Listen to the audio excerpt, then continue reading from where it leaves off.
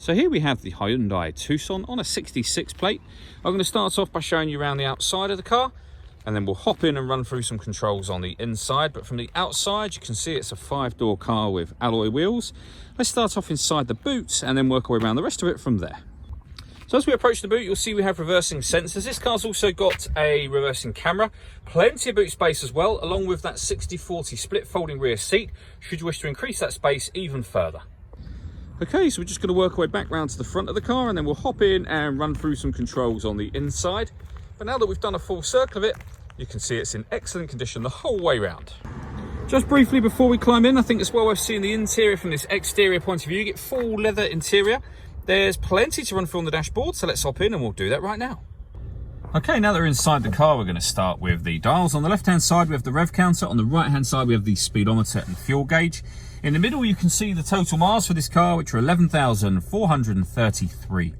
You can change the information that's displayed above that using buttons on the steering wheel. So you can have, for example, a digital readout for the speedometer, amongst other bits of fuel economy information and other things, including satellite navigation, audio menu, various different settings, user settings, as you can see there, and then back round to the beginning again. If we back out to the steering wheel, the buttons I was using a moment ago are here. We've also got cruise control and speed limiter over that side. On the left-hand side, we have stereo controls and phone controls.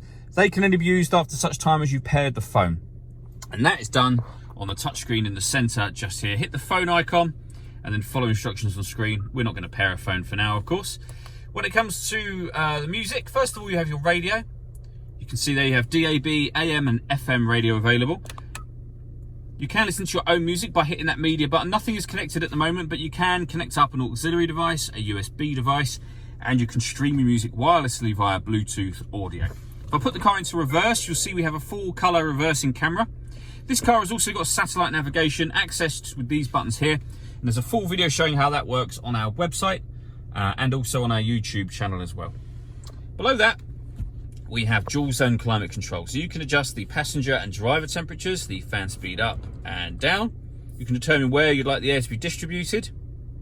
When you're happy with those settings, that button turns the air conditioning on, or you can hit auto and the car will now do all of the work to maintain those temperatures. You can override that at any time you wish to, and auto is now turned off, as you can see.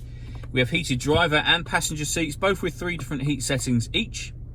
Under that, we have 2 12-volt charging sockets along with the auxiliary and USB inputs that I mentioned a moment ago. The gear lever for the fully automatic gearbox. And then these buttons just here. So we have an electronic handbrake. That button turns off the parking sensors. This one is the auto hold function. So you can either turn that on or off for the handbrake. Drive mode will put the car into sport or normal.